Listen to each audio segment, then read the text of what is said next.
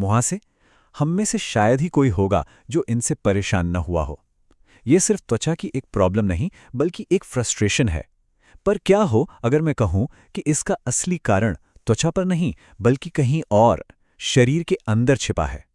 तो चलिए आज इसी रहस्य से पर्दा उठाते हैं और मुहासों के पीछे के विज्ञान को समझते हैं। यही वो सवाल है जो आज की हमारी पड़ताल का सेंटर पॉइंट है। क्या हो अगर साफ सुथरी त्वचा की चाबी चेहरे पर लगाने वाली क्रीमों में नहीं, बल्कि शरीर के अंदर मौजूद हो?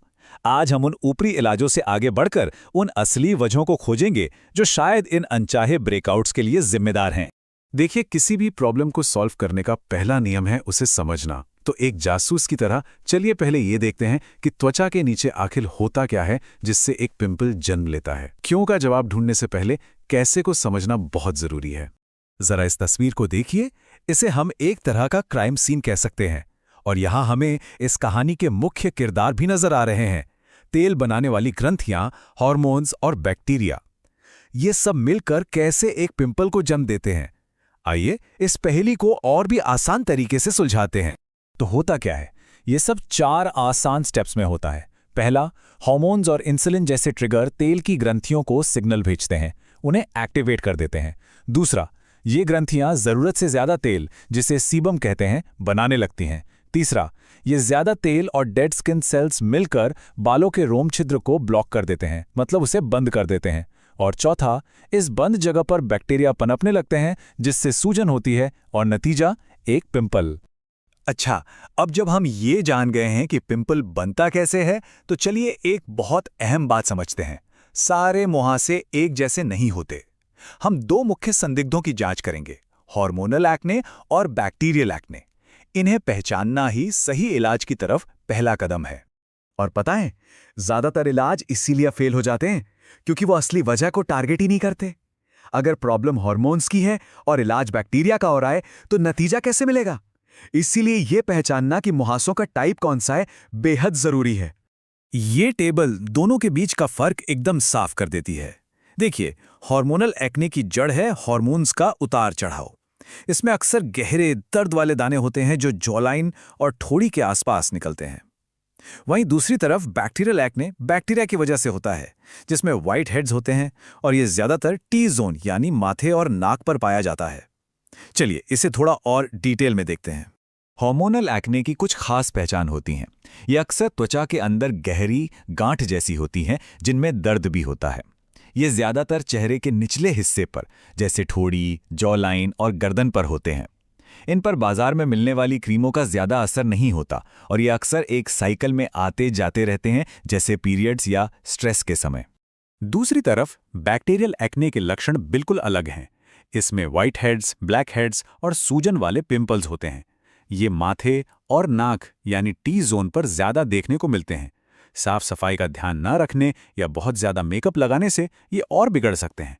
पर अच्छी बात यह है कि ये आमतौर पर क्रीम और बाहरी इलाज से ठीक हो जाते हैं। लेकिन रुकिए, कहानी में अभी एक और ट्विस्ट है। एक ऐसा साथी जो किसी भी तरह के मुहासे को बदतर बना सकता है, और वो है तनाव। ये एक ऐसा अपराधी है जो सबके सामने होता है, लेकिन अक्सर हम इसे नजरअंदाज कर देते हैं। इस कनेक्शन को सिर्फ एक कही सुनी बात मत समझिए। चलिए कबड्डी के खिलाड़ियों पर हुई एक बहुत ही दिलचस्प वैज्ञानिक स्टडी पर नजर डालते हैं। ये हमें शारीरिक तनाव और त्वचा के स्वास्थ्य के बीच के मजबूत रिश्ते का एक ठोस सबूत देती है। तो रिसर्चर्स ने क्या किया, उन्होंने इन एथलीट्स की जोरदार ट्रेनिंग से पहले उनके स्ट्रेस हार्मोन यानी कॉर्टिसोल का लेवल मापा। ये लेवल था लगभग 12 माइक्रोग्राम प्रति डेसीलीटर, जो एक नॉर्मल लेवल माना जाता है। लेकिन ट्रेनिंग के बाद जो हुआ वो कमाल का था। ये लेवल उछलकर लगभग 20 माइक्रोग्राम प्रति डेसीलीटर पर पहुंच गया। मतलब एक जबरदस्त उछाल जो दिखाता है कि फिजिकल मेहनत शरीर में स्ट्रेस हार्मोन को कितना बढ़ा देती है।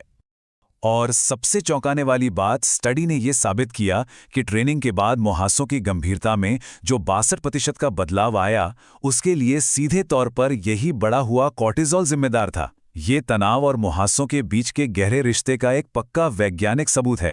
तो स्ट्रेस तो एक बड़ा खिलाड़ी निकला।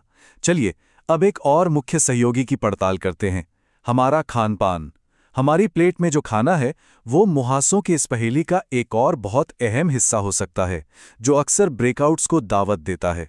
इसे समझने के लिए हमें एक टर्म को जानना होगा, ग्लाइसेमिक इंडेक्स। अब ये सुनने में थोड़ा टेक्निकल लग सकता है, पर इसका मतलब बहुत आसान है।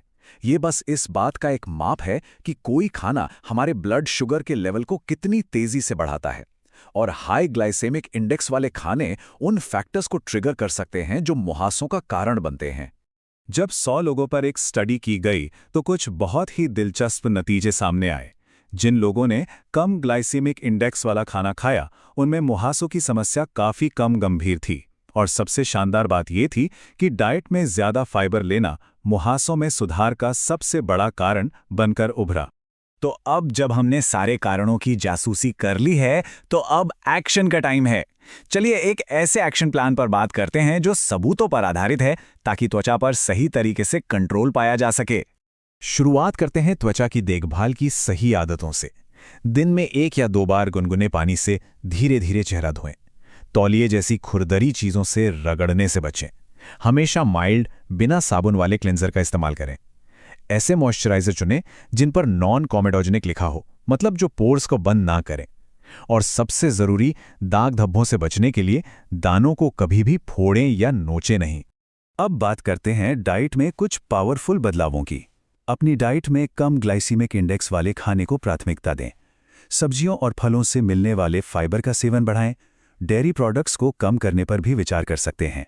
और सूजन से लड़ने के लिए फैटी फिश, अलसी के बीज या अखरोट से मिलने वाले ओमेगा 3 को अपनी डाइट में शामिल करें। कुछ सप्लीमेंट्स भी मददगार साबित हो सकते हैं, जैसे कि जिंक, प्रोबायोटिक्स, ब्रूअर्स यीस्ट और फिश ऑयल। रिसर्च के मुताबिक ये सप्लीमेंट्स मुहासों को अंदर से कंट्रोल करने में मदद कर सकते हैं। तो अंत में बस एक सवाल, क्या ऐसा हो सकता है कि हमारी त्वचा हमसे कुछ कहने की कोशिश कर रही है? मुहासों को सिर्फ एक कमी के तौर पर देखने के बजाय क्यों ना ऐसे शरीर का एक सिग्नल माने जो हमें हमारे ओवरऑल हेल्थ के बारे में कुछ बता रहा हो?